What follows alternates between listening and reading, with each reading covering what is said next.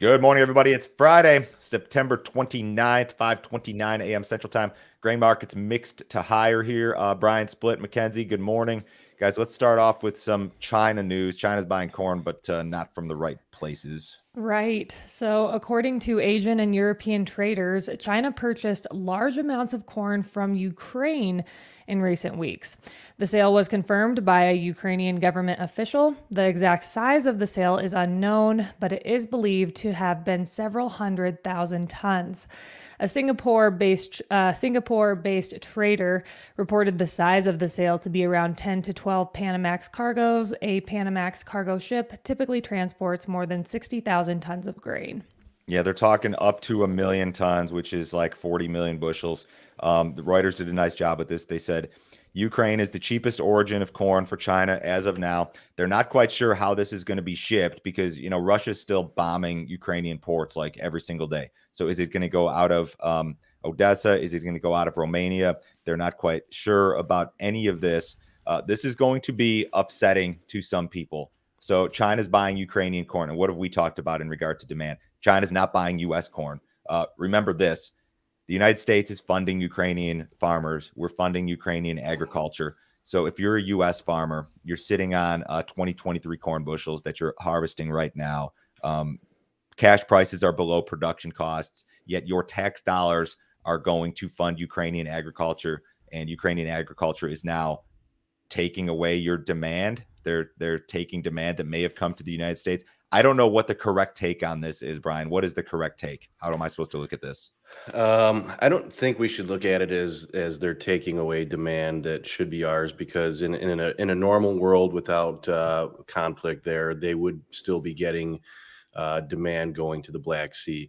What we should, in my opinion, be frustrated with is the fact that we are financing Ukraine in so many different forms, whether it's the seed and chemical for their producers, or financing pensions, financing first responders, financing everything. That's what I think we should be upset about. That's again my opinion. But again, in a normal world, they would grow crops and they would sell crops to other international participants. So that's not something that we should be upset about. I think most people would agree at this point that, okay, Russia's bad. We want Russia to stop. But at the same time, I think a lot of people would say that, you know what, this war's been going on for 18 months, and there's no end in sight. There doesn't appear to be an end game in sight. It appears as if the goal right now is to send more money to Ukraine so that they continue to fight like what is seemingly an endless war. So if you're a U.S. farmer and this upsets you, I absolutely understand it, like 100%. I understand it. I would understand the frustration here because we could absolutely use that demand. At the same time, yeah, I get that Russia is not the good guy here, but the way that this is being handled by the U.S. government is frustrating. We have some additional China corn news. So, in the weeks ahead, the Chinese corn market will be inundated with imports from Brazil and a record domestic crop. The surplus is expected to pressure global corn prices, which are already near 3-year lows. The Chinese Ag Ministry is forecasting a record corn crop of 285 million tons this season, up 2.9% from last year's 277 million tons. Also this season, China is expected to import 20 million tons of corn, and a third of that is going to come from Brazil. China's government estimate for the corn crop is slightly larger than USDA, but you're kind of splitting hairs there. It's going to be a big crop. So this article essentially indicating that Chinese supplies are going to be comfortable. They're going to have a comfortable supply base. And if they do buy corn, it's going to be from either the Black Sea or South America. The United States not even mentioned here. So is as the marketing year continues, Brian, like the odds of China making large purchases of U.S. corn seem to be dwindling. Yeah, I mean, we've already kind of seen how Chinese purchases of U.S. soybeans have been impacted by the large Brazilian crop. And we just have to remember that their safrinha crop was harvested not very long ago. So it is fresh. It's available to the market. And it's wild. Just a couple months ago, that headline would have read Chinese corn crop flooded, period, right? Because they were getting all this rain. But apparently rain makes grain, and they've got a record crop, and they've got other places to buy it from. All right, let's do some good news. The corn market posted some fresh multi-week highs yesterday. This could be bad news depending on who you are, I guess. So the December 23 corn contract posted fresh multi-week highs yesterday. The contract peaked near $4.89 per bushel, its highest trade since September 6th. While fresh fundamental news has been mostly lacking, the contract has been able to rally more than 20 cents from its September 19th low. So I said this is bad news for some people watching. If you're a farmer and you're looking for that big insurance check, like the worst thing for you right now would be a rally back to $5 or 5.05 or something in that neighborhood. Brian, was that the harvest low back in mid-September, or is this just like a consolidation type trade? I don't know. I don't know either. I mean, we stopped going down in kind of that lower channel line that we've talked about in the premium videos, and so it's held good support. I think in order to feel like we are going to have technical buying, we got to get through those two major peaks in August where we had those big outside days down. But we're just really right back up to the high earlier this month, and so I think that was 4.9025. Today's report will go a long way to tell us, I think, whether this market has bottomed yet or not. Excellent segue. We do have a report today. Yep, USDA will release its quarterly grain stocks today at 11 Central Time. The estimates, which will reflect U.S. grain stocks as of September 1st, are essentially indicative of the old crop carryout numbers for corn and soybeans. Ahead of the report, traders estimate only marginal changes compared to the estimates printed in the crop production and WSDA reports earlier this month. I hate this report. It's impossible to predict. The changes just come out of nowhere. What do you expect today, Brian? I expect the USDA to give us some numbers that people are going to argue about in one way, shape, or form. I mean, they can go back and revise previous year's yield or harvested acres, and that's extremely difficult to handicap.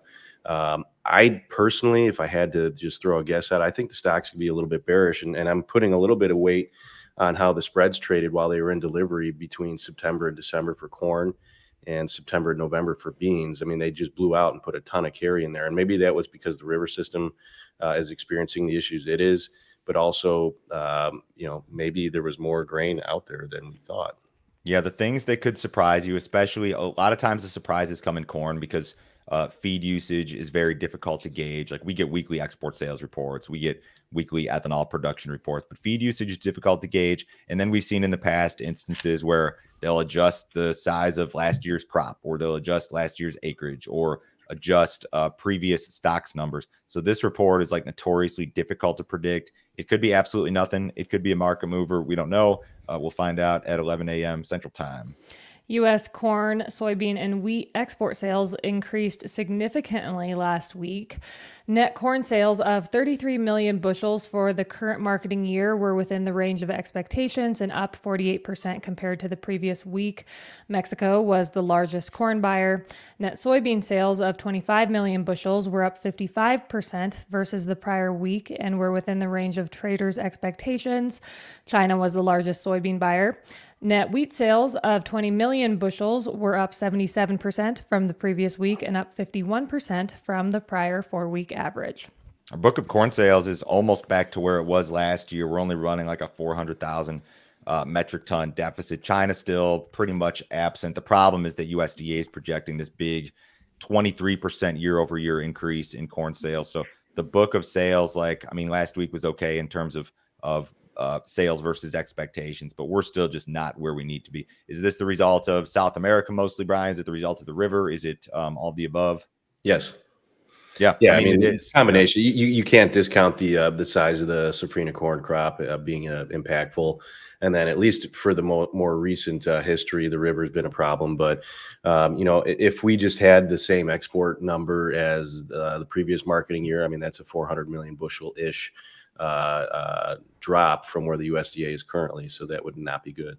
Yeah, this is where I think a lot of people fail to look at the USDA reports, and that a USDA report and a balance sheet involves both supply and demand. And people tend to only look at the yield and production numbers sometimes and say, oh, USDA is screwing us. This yields, it's not 173 or whatever. It's really 171. But at the same time, USDA almost undoubtedly is overstating demand, which is bullish. If I mean, it's not bullish, but it makes the balance sheet appear more tight than it actually is in reality. So there are two sides to the balance sheets, guys. Shutdown. Yeah, so we're most likely headed for a partial government shutdown. That'll happen tomorrow night. So the House and Senate are moving forward with legislation aimed at averting a government shutdown. However, neither chamber approves of the other's proposal. The two chambers are unable to come to an agreement on Ukraine and border security funding. If a shutdown does occur, as we talked about earlier this week, the USDA will stop releasing reports. The last time reports were affected by a shutdown was back in 2019.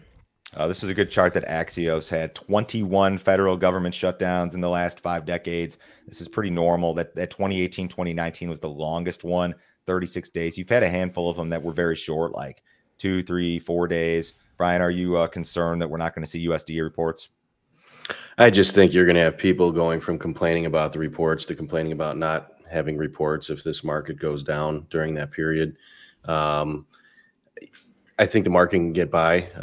You're going to have the cash market basically dictate, and it'll figure it out. I would rather have the government open personally. Hopefully this is a short-lived one and not a 36-day one like we had in 18-19. USDA released weekly Drought Monitor data yesterday. Portions of the Western Corn Belt received heavy rains this week, while the eastern side of the region saw little to no rainfall. The precipitation alleviated drought conditions across Wisconsin, Minnesota, Iowa, and portions of Illinois. Meanwhile, drought conditions expanded across Indiana, Ohio, and Kentucky. Conditions across the High Plains remained mostly unchanged, with the exception of improved drought conditions across northern North Dakota. So when we look at the percent of U.S. areas experiencing drought, corn country, 58%. Soybeans, 55%, winter wheat, 47%, spring wheat, 51%, and cattle country, 46%. The concern right now, I think, would be winter wheat, and the market doesn't care at all. I mean, we're making fresh lows in the wheat market like every day recently. And then the river issue is still very much problematic. 10.6 feet below normal at Memphis this morning. I believe we made a new record low earlier this week that we mentioned. Brian, what are you hearing about basis in river areas, just interior in general? I mean, it doesn't sound like it's very good. No, and I think I've gotten some text messages just kind of like week to week from certain clients in different areas, and their basis has just continued to get weaker and weaker as we've gone on. So it's been tough to watch. I mean, there's some areas like I had a guy in Missouri text me. I mean, soybean base is about $1 plus under, and that's we haven't seen that in a long time. One thing that you guys should be aware of, if you're storing grain and you're taking the interest rate situation into account, all things considered, the carry in the cash market in a lot of situations is much larger than it is in the futures market because your basis up front is very, very poor, where your deferred basis may be a little bit better. So that would be one thing to consider if you guys are making storage decisions. Do I store? Should I sell? How does the interest rate situation impact all of this? The cash bids deferred are substantially better than nearby cash bids. What did the cattle market do yesterday? It rallied back finally on Thursday after a couple rough days. Feeder cattle futures closed an average of 231 higher. Live cattle futures closed an average of 175 higher. So far this week, we've seen cash cattle trade range from steady to $1 lower, which is pretty impressive considering the hit the board took earlier this week. Box beef was mixed on Thursday. Choice ended the day at 301.51. That was up 56 cents. And select ended the day at 277.44. That was down $1.07. Cattle charts looked a little toppy, and then you've got a recovery. What say you, Brian? Yeah, I mean, we've recovered. We're going to have to recover back above some resistance. I think the live cattle chart maybe looks a little bit better. Yeah. It's got a little bit closer proximity to contract highs than the feeder cattle charts do. But big volatility. Maybe that was just a late quarter shakeout. We'll see how the funds react in early October. Yeah, there have been a couple nasty corrections throughout the course of this cattle rally. It's normal stuff in this sort of bull market. Outside markets this morning, guys, U.S. dollars off. Stocks are higher. The S&P's up 22. The Dow's up 160. Bonds are up. Crude oil is up 76 cents. Still very strong. 92.47 last in the November WTI. Have a great weekend, guys. We'll talk to you Monday